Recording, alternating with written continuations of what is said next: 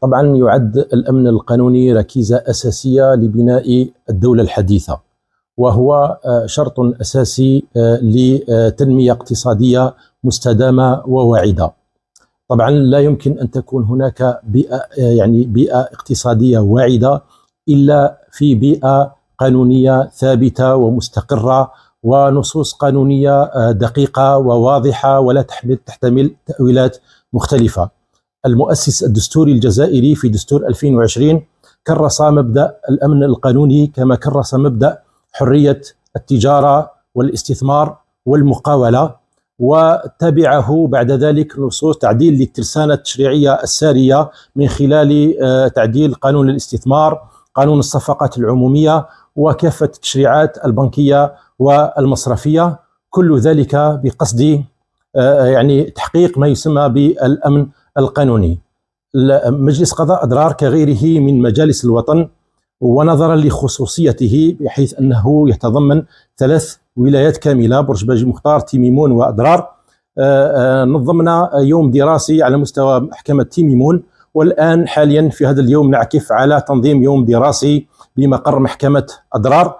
طبعا هذا اليوم الدراسي موسوم بالأمن القانوني وأثره على التنمية الاقتصادية، وقد أشركنا في هذا اليوم الدراسي مجموعة من المحامين والقضاة والأساتذة الجامعيين وكافة الفاعلين. طبعا سنهدف من خلال هذا اليوم الدراسي إلى الخروج بتوصيات ومقترحات تسهم في تعزيز الأمن القانوني، وتسهم أيضا في تحرير المبادرة إلى الاستثمار وبقصد التنمية الاقتصادية الشاملة. الأمن القانوني لا يتعلق بوجود تشريعات قانونية فقط، بل يتعلق أيضا بوجود قضاء يضمن ويطبق التطبيق السليم وفق مبادئ العدالة والاستقلالية والمساواة وإحقاق الحقوق لكل الأفراد والمؤسسات من أجل تنمية اقتصادية والحفاظ على الحقوق والحريات الفردية.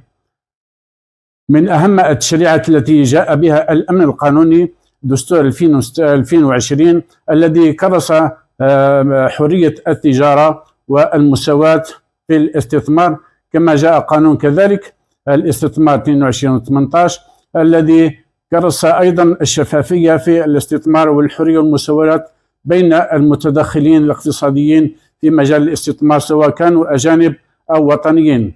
وجاء أيضا قانون الإجراءات الجزائية الجديد الذي كرس أيضا مبدأ الحرية من خلال رفع التجريم عن أعمال المسيرين من أجل تحقيق حرية المبادرة في التسيير بما يحقق التنمية المستدامة للوطن. وفي الأخير أتمنى أن يكلل هذا اليوم الدراسي بالنجاح، وأن تكون هناك نقاشات وتبادل الأفكار من أجل الإصلاح القانوني، وأن يخرج بتوصيات تساهم مساهمة فعالة في الإصلاح القانوني وما يعزز الأمن القانوني من أجل تنمية الاقتصاد الوطني. وطنيا نيوز، الواقع من المواقع.